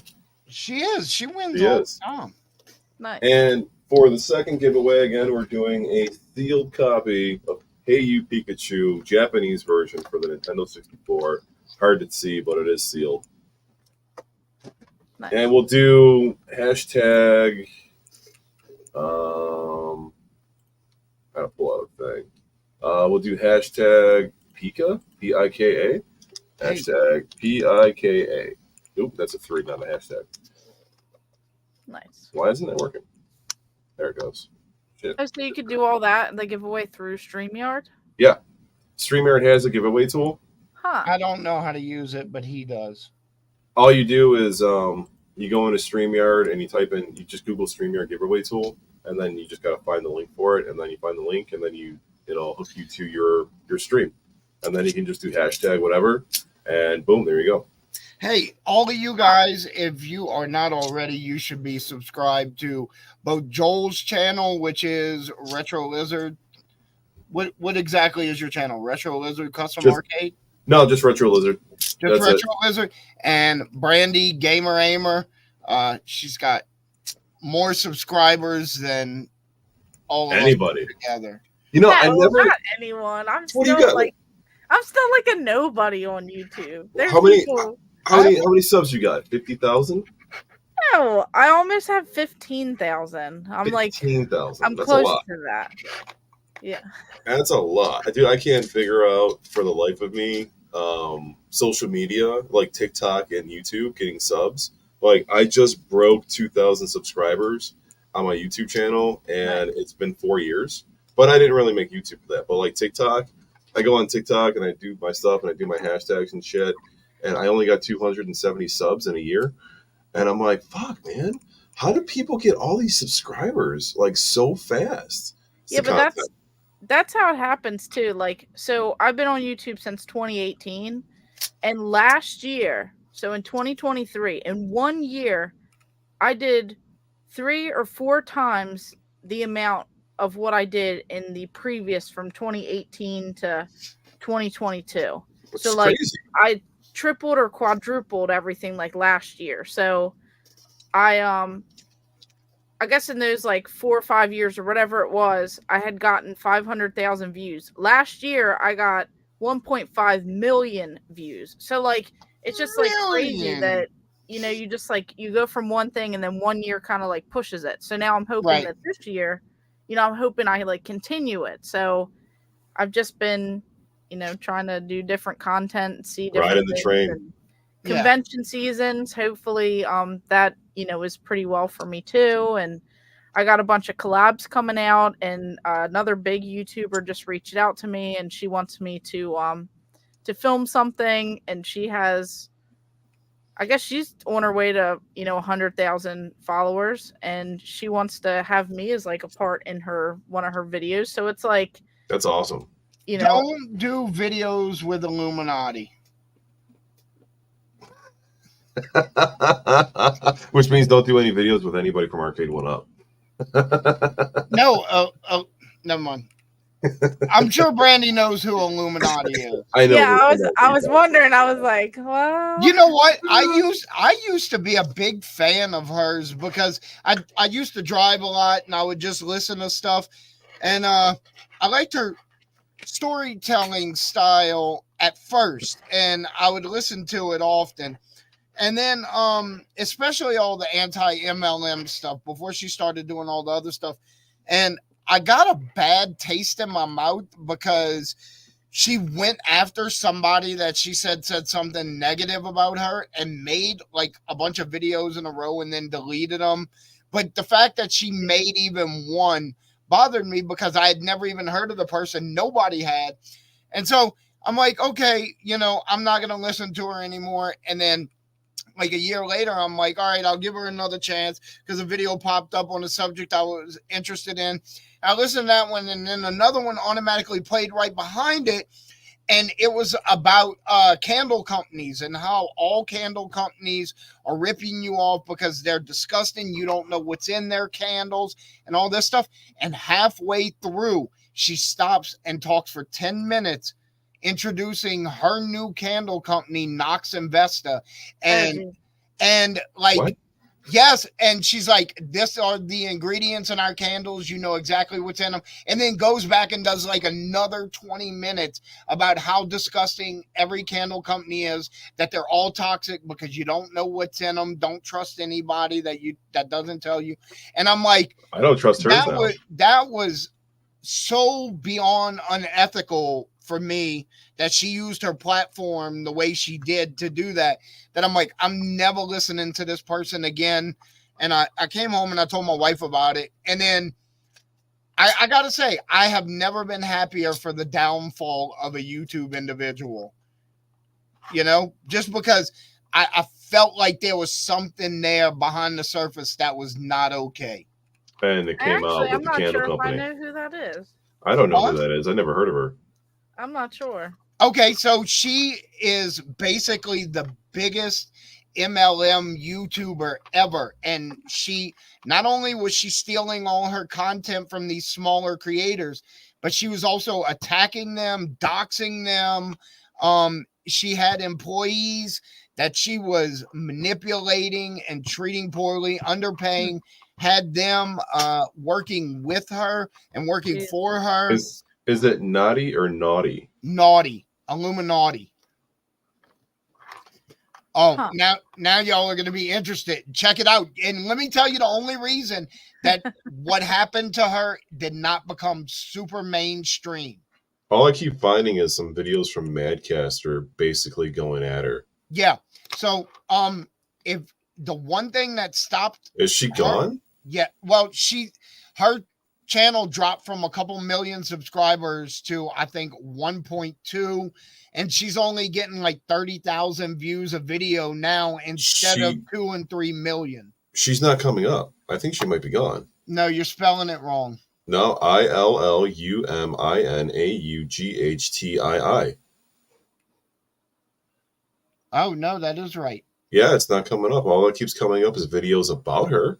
Oh, well, but there's I don't know, because I haven't come across a single video that she's done. There was a Discord leak of hers not too long ago that was talking about how she was going to delete her channel and start a new channel under a secret name and have other people read her scripts. I don't know. I've never heard or seen. I just looked. I don't know. Yeah, she's gone. Huh. So maybe she's watching right now and just blocked us all. Maybe. Hey, well, I didn't get kicked out, so we're doing good. Well, yeah, you're doing a lot better. We were playing musical chairs earlier. I just I wasn't part of it. Part of the fun part. I was just being booted. Yeah. No. There's this, it's a crazy world out there with YouTubers, but I'm definitely glad because in the past couple years, especially at conventions and stuff, I've met so many awesome people and had people over the house, and I mean some not so great people too, but some really nice people. So name the nicest person you had over. Huh? Who's the nicest person you had over from YouTube? Well, I only had a few people over my house. Out of the few, who was the nicest? And it's okay, you can be controversial about it. Well, Thomas is watching. Thomas is watching. Millennial Collector Ohio. He came in and he was pretty nice, you know, when he came over. So we all have a good time. Oh, I get it. Brandy doesn't want to say who the nicest person was because Brandy is a nice person. So if she says this person was the nicest person, then she feels like she slighted the other nice people. Yep. Yeah, right? But there's only been like a couple YouTubers. So there's been Millennial Collector Ohio who's watching. I had no issues with him. And then Retro Wolf 88 came out. He filmed my game room tour. That took off on his channel. That has a couple 100,000 views on it. So like that was really nice. So, you know, he did a great job. And then video game votery. So my buddy Marcus, he came over with Mr. Rightway. Nice. And they were all nice. So like everyone's been super nice, you know, when they come into the game room. Even the Hulu crew, like they're I was playing Donkey Kong with one of the cameramen. Like, Oh, really?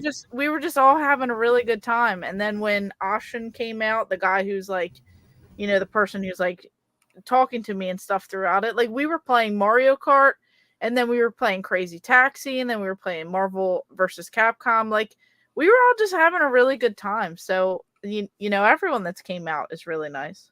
Nice. Let me run this giveaway real quick. Who? I was gonna say Brandy. Hold on. Let's get our winner, and then Is it gonna be Tabby again? Michael Patrick, congratulations. I have Michael's info. Do you?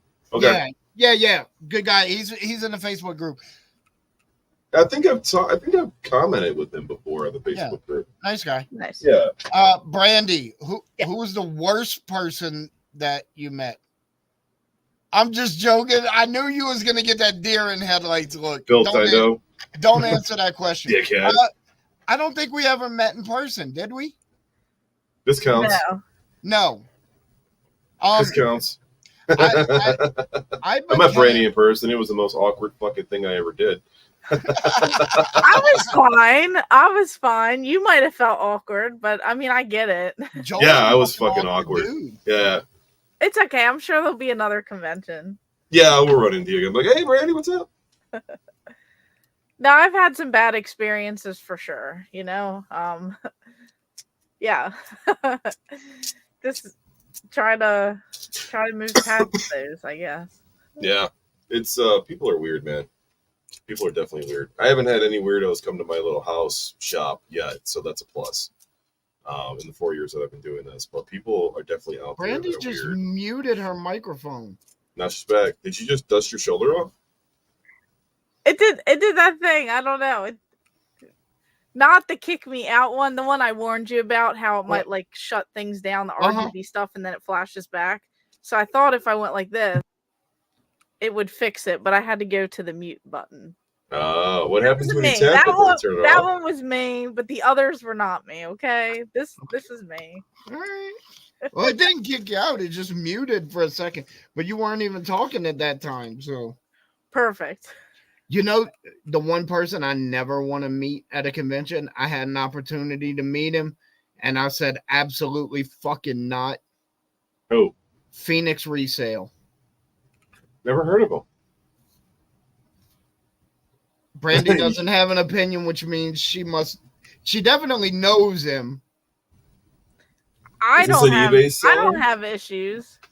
Was this an eBay seller? Brandy will never say anything bad about anybody. No, she's not. And no matter how much you try, Bill. And I don't. I love everyone. Exactly. I know. She's too nice. I don't want you to say anything bad. So is this an old eBay seller? Nah, we're not gonna get into it. If Brandy, I don't like. Brandy's a very positive person. It's hard for me to be negative right now. She's not going to say anything nice anyways. There's no reason to be negative. But was it an eBay seller? Like no, he's a YouTuber reseller, and I just think he's a YouTuber reseller. Yeah, he's not. You'll just have to like look up his content and make your own judgment. Yeah, I'll do that because I never heard of a nice YouTube reseller. When I met him. Right. I didn't have any issues. I'm just gonna breeze over what made me start not liking him. What I know, I'll breeze over it. I'm not gonna get into it heavy. Who says there's no drama in the retro community? He did a whole series on his dream GameCube collection. How he wanted to collect all these GameCube games that he's always wanted. And had people even giving him the games for free, and he's getting them at game shops. And basically, he's very well known for hustling people down, even when he shouldn't. We all haggle and negotiate. But anyway, as soon as he got this dream collection, he immediately turned around and sold the whole thing. And it pissed a lot of people off because a lot of people donated free games to that. I heard about that. I didn't know who the guy was, but I heard about that. So, that's what started me on the road to not liking him. So, like I said, just a brief overview. It's a legitimate thing. It's not just, hey, I think he's got a stupid face or something like that, Yeah, and a lot of like you look at all like the YouTubers like that too, and you'll see in their whole comments like people will call people out consistently, and there's like a lot of hate videos, and so I mean that's just how it is. If someone doesn't like you, I mean you'll see that. Well, It looks like he doesn't like Retro Rick. No, they all get their videos. So Pixel Game Squad Riff, he edits Retro Ricks and he edits Phoenix Resale's videos.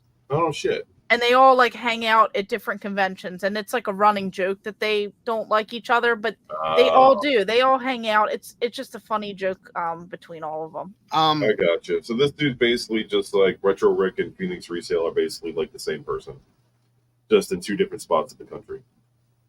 Well, they're like different because but they're both using YouTube to resell, basically. Right? Because that's what Retro Rick does. I mean, he goes hunting and then he puts it into a store and he resells it. Yeah. Yeah, but I like his content. Similar. Phoenix Resale runs mostly online. Yeah. Amazon, and he does Whatnot occasionally also. Really? What does he put on Amazon? Video games? Yes. Huh. And you can get like a higher premium. So like on eBay it sells for 30, but on Amazon you could sell it for 80. Like it's just how their Amazon partnership thing is, because so many people will go on Amazon for the convenience. So he can go in, he can go into the game convention and he can like haggle a deal, but he could pay closer, to like a good worth of it because he knows he can make more money on Amazon. But I've met Rick quite a few times. I mean, I've met Phoenix Resale at the same place, like Siege, Southeast Game Exchange. But Retro Rick, we've been in like a group chat and stuff together for many, many years. It's been a little bit inactive, I guess, more so recent. But we catch up at conventions and stuff, and he sends me like cool things. And we've even gotten bidding wars on things, and I've had to pay extra for some items. One of the things that weirded me out the most, when I first joined Drip, I was one of the first video game sellers on Drip. I was like I'm not sure what that is. It was a competitor to Whatnot. It's still there, but it's okay. So I was in like the first 4 video game sellers, right? And I was the biggest seller they had at the time. And then I decided I didn't want to do it. Mm-hmm. But I go into an auction for, I don't know, it was Pokemon cards or something, and Retro Rick was in there, and he's like, this isn't really Builtendo, this is a fan account. And I'm like, no, it's really me. And so we talked a little bit in the chat of that auction, and was it really him, or was that yes, because if I click the button, it linked back to his Drip streams and stuff. Okay. So it really was him. But then, like, this was all a very brief interaction, over just a few minutes. And then I'm like, so Retro Rick thinks my name is big enough that somebody is going to pretend to be me? Like, who the fuck are you? Yeah, exactly. Who the fuck am I? Hey, he knows who you are, so that's a plus, right? Yeah, well, yeah. I don't really, and probably I don't know if it's for a good reason or a bad reason. I might run my mouth a little bit here and there, but I don't like going, like, I don't like Phoenix Resale, but I don't go in like his videos and leave shitty comments and stuff. That's just not my style. Yeah, I think that's unnecessary. And then what I've seen is the people who like, they'll literally go through the entire video and critique the whole thing. Like they'll let his video play and then like they'll critique and be like, I don't like his hat. I don't like this. I don't like that. And then they just like go through and then they're like, look at the price they offered. Look at that. Yeah. And I'm like, these people, like, make your own content. Like, do your own thing. Like, you don't have to bash someone, and you're never supposed to like bash people's appearances and stuff. Like, right. It's just bad. I don't know. Except and then for when Bill takes his hat off. Except for when I take my hat off, then everybody likes to talk shit. So that's okay. It doesn't hurt my feelings. But I would like to point out that I think what I do is very healthy as far as I don't care for Phoenix Resale or his content, so I don't watch it and I don't comment on it. Which You know is what fair, I mean? right? That's fair. Like if you don't like something, don't watch it. I mean, Yeah, and I'd rather that too. Like if someone doesn't like me, just don't watch it. You don't have to literally come at my appearance every single video and bash me and call me fat and call me this and call me that. Because I have some people. really? That's Yeah, wrong, I man. got a lot of haters, like a lot of people. That's how And, you like, know you doing it. And some of these people, it's like every single video they'll say something negative, and I'm like they'll be like, Trolls. well, what I do is I screenshot every negative comment that I've gotten since I started YouTube, and I have like hundreds of them at this point.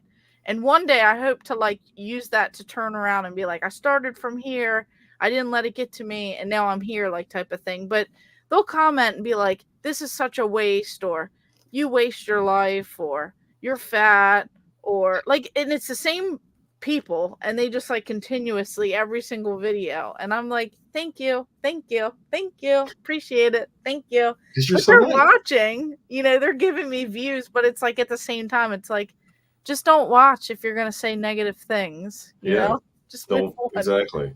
Just give me a thumbs down if you want and just move on, but You don't have to can like watch you can- every video. you can remove the content from ever showing up on your channel again too. If there's somebody that you find that you don't like their content and you never want to see it again, you can remove it from your channel.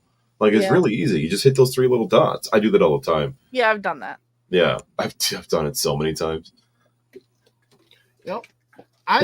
Look, for the most part, I ignore my haters. Here's the thing, Brandy, you know what's worse than having people leave stuff in your comments? Is that people send me screenshots of other groups, of private group chats where people, and I'm going to say it's a very small group, but one person in particular constantly talks shit about me. Like the most. What'd you do? Yeah, what did you do? What'd you do? I kicked him out of my fucking group because he's a goddamn overpriced seller that contributes absolutely nothing to the community. All right, that's why he's And talking shit about you. I think we all know who I'm talking about, and I'm not going to say the name. You don't need to. No, not at all. But people send me this stuff all the time, and like I'm like, okay, I don't say anything publicly about it. Like I don't like go out to attack the dude or anything like that. Like until now. No, well, I'm still not saying his name. That's fine. You're implying it. Whatever. I'm just fucking with you, Bill. I'm just fucking with you. Keep going. No. I'm just saying. Like you don't seem like I don't go in all these group chats. I don't. If somebody tags me in another group, he'll like comment on it and stuff like that. Like whatever, dude. Like if that's how you want to expend your energy, that's fine. But I'm not gonna like do all that in return. Right. I don't. Right. I don't have the energy for somebody that hates me like that to hate them back because I don't hate the dude. If I don't like you, I just don't have anything to do with you. And that you should see my block list on Facebook. It's got like at least 200 names in it. You should see my block list on Instagram. I noticed that back when I first started collecting, like in my old game room, I would go into groups and they would be like, we want to see your game room. So I would show like a picture or like a quick little video of my game room and people would be like, that's fake. That's Photoshop. And I'm like, no, I'm sorry, but my editing skills are not that good to be Photoshopping me in someone else's, video or something. And I had to like block people because they would start messaging me on Facebook and be like, that's not yours. That's your boyfriend's. That's your husband's. That's your dad's. That's your brother's. That's not yours. You can't afford that. What do you do? This, that, the third. You're a girl. You can't collect it. And like, they just like kept spamming. So I would have to start blocking people. And then I was like, stay away from Facebook groups. Like I've actually done multiple videos with friends of mine that just straight up we talk about women in gaming because as toxic as it is for women that play and collect games, you guys make up 49% of all gamers. Huh. You are equal to us in gaming. Women and men are equal in gaming. Which is fantastic. It is fantastic, but we also see how hyper like they hate on you if you're a girl if you play or collect. It's very toxic and it's weird. Yeah. They hate on you no matter what. If you're a girl, you just unfortunately, if you're a girl in this part of the community, or literally any community, especially when you're trying to do social media, you can just get hated on. There's gonna be at least one comment every video, every photo, anything you do. There's gonna be at least one at a minimum. There's gonna be one. And it might not happen within the first 10 seconds, but it's going to happen within the first 5 minutes of the thing being posted. Absolutely. There's always a hater that just is just ready to just go in there and be like, seriously, blah, blah, blah, whatever they want to say, anything like that. Yep. You know? But you know what? But then there's also the creepy ass comments too that come up later that are kind of hilarious. Oh yeah, I get a lot from I got other people on Instagram in my DMs, and one of them is like a legit like card selling store. Like they sell sports cards and all this. And he says the most inappropriate things to me all the time. And like I never reveal anything. I'm always wearing a gaming t-shirt. I am fully clothed in all of my videos. And I pride myself on that because I'm doing it for like, you know, my content and knowledge and all that love stuff. of gaming. Yes, right. I'm not doing it for all the other things. And people just like, they say the most wildest inappropriate thing. I was doing a live stream and someone's like, we're waiting for your OnlyFans. And I'm like, no, Ooh. I am my only fan. And that's how it's going to be. Like, no, like these people. You know what, Brandy? For the hell of it, you should do an OnlyFans just for video games and never show yourself. And see if anybody subscribes to it for like, let's put it at like $4 a month. See if anybody subs to it. There is an OnlyFans, and consistently, it is the one of the highest producing OnlyFans monetarily, and the woman is never in any of the pictures.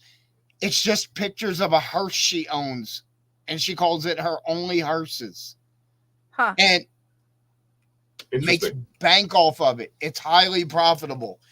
Very interesting. I've never thought of it in she that has way. a TikTok and she'll talk about it. And when people ask her all the time, do you have an OnlyFans? She's like, yes, but I'm not in it. It's just my car. And she'll give them the link and people subscribe to it.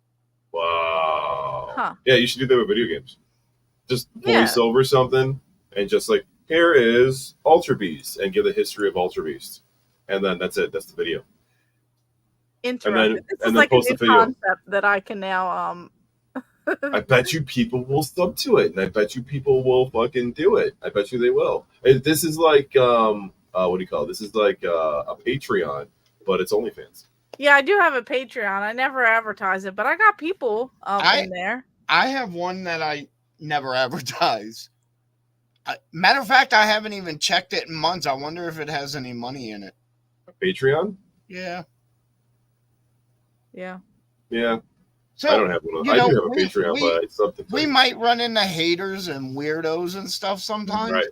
But at the end of the day, we all do this shit because we love games in one form or another. Absolutely. You know?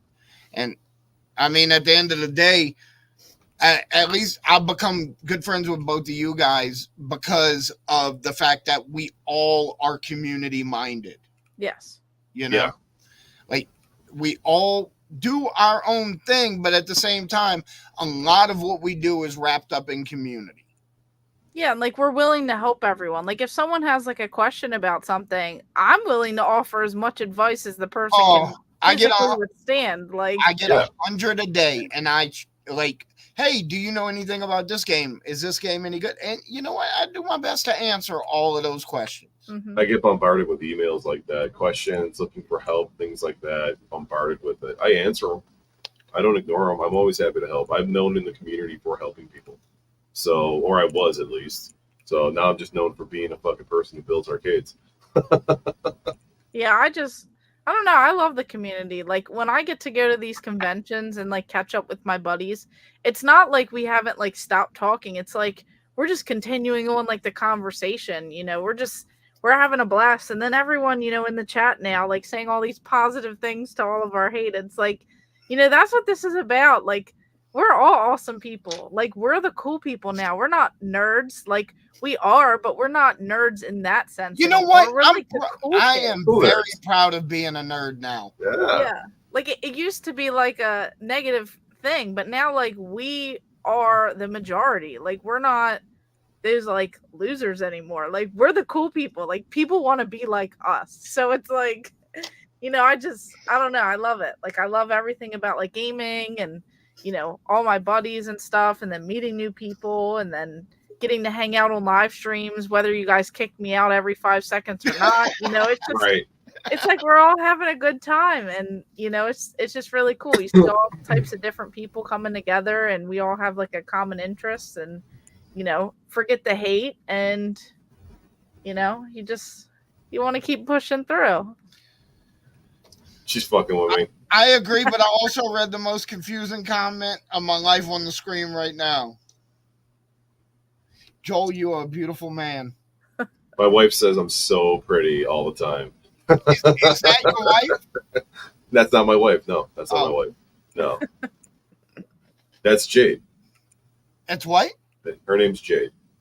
Jade. What's up, Jade? Shout out to Jade. Jade's awesome. Talk to her all the time. That's actually She-Lion. Oh, okay. Yeah, She-Lion. Sorry. Her real name's Jade. So, yeah. I call her Jade or She-Bitch. She gets a kick out of that, though.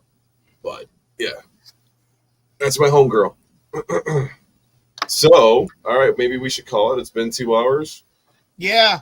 Yeah. Brandy's got to get up real early for work in the morning. I got a piece of garlic It's bread sitting okay. upstairs, and I'm going to fuck up, and then I'm going to go to bed. Because I went to bed at 2:30 in the morning last night.